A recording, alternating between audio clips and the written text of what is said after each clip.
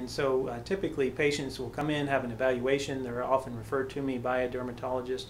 We work hand in hand with the dermatologist. They're very important. They have the eyes to be able to continue surveillance of the skin long term, even after our procedure is completed.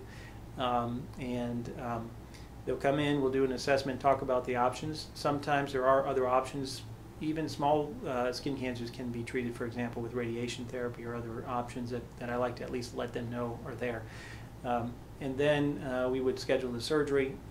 Most of the time that's done in the operating room. If it's a smaller one that we can do under just a local anesthesia technique, that we certainly do in the office. But the reason that I tend to take most of the operating room is the referral patterns I get are usually bigger tumors or more cosmetically sensitive areas. But certainly if we can do it in the office, we will. Generally speaking, to achieve that first goal of clearing the cancer, during the surgery we take the skin cancer out and we submit it to another physician, a pathologist, who will read it right there and give me a call back in the operating room and tell me everything looks okay. And when it does, that's when we go to the second stage, which is reconstruction and maintenance of the function and the cosmetic part. After surgery, we'll do a wound check. We'll go over the results of the pathology and decide if any treatment. Hopefully there will not be a need for further treatment, and hopefully all the wound healing has progressed normally.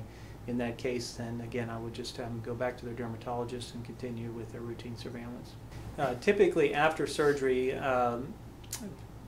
people will have some sort of incision line or wound that will need care. Often we will cover that with tape for the first week or have them place ointment over that for the first week. Generally, we avoid getting the areas wet for about 2 days.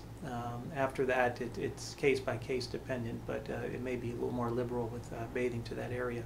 And we then will look at the wounds in the office a week or two after surgery and assess healing. If everything is going very smoothly, we generally just transition to sun avoidance to that area, putting sunscreen even over the incision.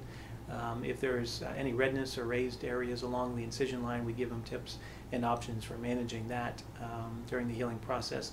Scars take a long time to mature, and so the result that you see directly after surgery is generally not indicative of the long-term result. The redness tends to fade, thickness tends to become more smooth, so we give it time to heal, and if additional procedures are felt needed, which they rarely are, to address redness or thickening, different issues on an incision line, we can offer that as well.